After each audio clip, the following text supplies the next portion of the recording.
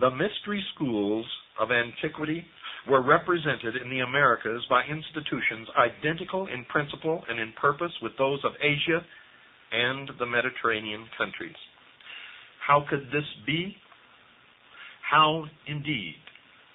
Is it true that at one time, according to the theory of plate tectonics, that all of the continents were together in one, and that there was free interchange and activity conducted between all of the peoples of the earth? Were they indeed at one time ruled by one great ruler in one great city? And was there at one time one great continent in the whole world known as Atlantis? And was the scattering of the peoples and the mixing of the languages and the tangling of the tongues described in the Bible, was this merely the breakup of that one continent as the plate tectonics began to move away from each other? As the Earth's crust shrank and molten magma compressed below began to push up and separate the pieces of land from each other? Was this the scattering of the peoples? Was this the destruction of the Tower of Babel? Was this the real truth of what happened in history? It doesn't say that here. This is what has come to mind in my own research and may account for many of the legends of all the peoples of the earth. We have much more study to do, much more putting together of the pieces of the puzzle. But folks, of all the studies that have ever been made, we believe that our conclusions are probably closer to the truth than anyone else has ever come. In any case, we hope we are, and if we're not, we certainly will pick up the thread of truth wherever it leads us, and if we turn out to be wrong, you will be the first to hear it. But it appears to us that at one time, all of the peoples of the world had a common source of religion and knowledge, and that somehow these people were scattered over the earth and lost their contact with each other and lost their contact with the source of their religion and their knowledge.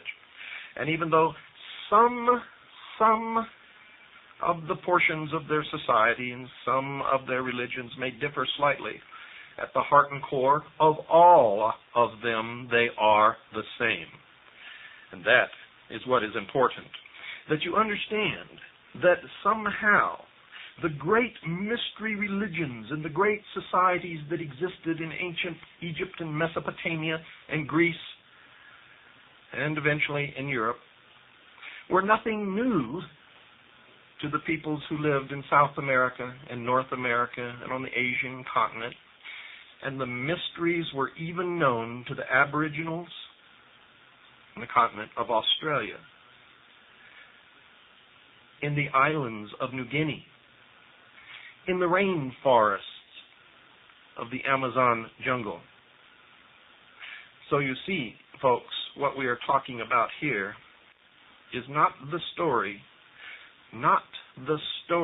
of one sacrificed king, but the story existed amongst all peoples in all areas of all the islands and continents and lands of the world.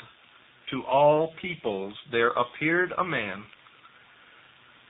who taught the same teachings, who experienced the same persecutions and ultimately the same death, the sacrificed king, that we in the Western world have always known as Jesus Christ. Was it the same man who appeared to all peoples? Or were they different men sent by God who appeared to all peoples? Or were they merely men who pulled off in their different cultures and societies the greatest hoax in the world? I don't know the answer to these questions at all. What I believe about Jesus Christ, I believe through faith alone. For indeed, no one has ever been able to even prove that the man really lived and walked upon the face of this earth in the Middle East, and I'm speaking of the man that we know as Jesus Christ, and not all of the other people who appeared to various cultures and various societies in the world who fulfilled the same role to those people. And maybe that's why it was so difficult to convert some peoples to Christianity. Maybe they already were, in their own way, Christians. It's time for our break, folks. Don't go away. I'll be right back after this very short pause.